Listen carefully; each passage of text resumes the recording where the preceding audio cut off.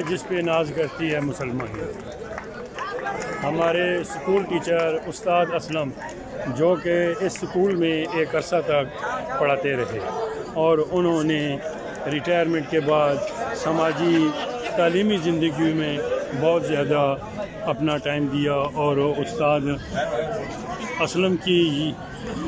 इस चीज़ को देखते हुए वफाकी वज़ीर ग़ुलाम सरवर ख़ान ने तालीमुल कुरान के इस बिल्डिंग को जब तोसी दी तो आज वो उस्ताद असलम के हवाले से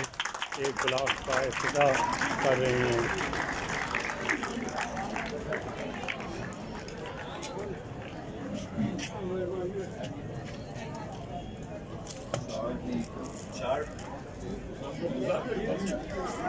Charlie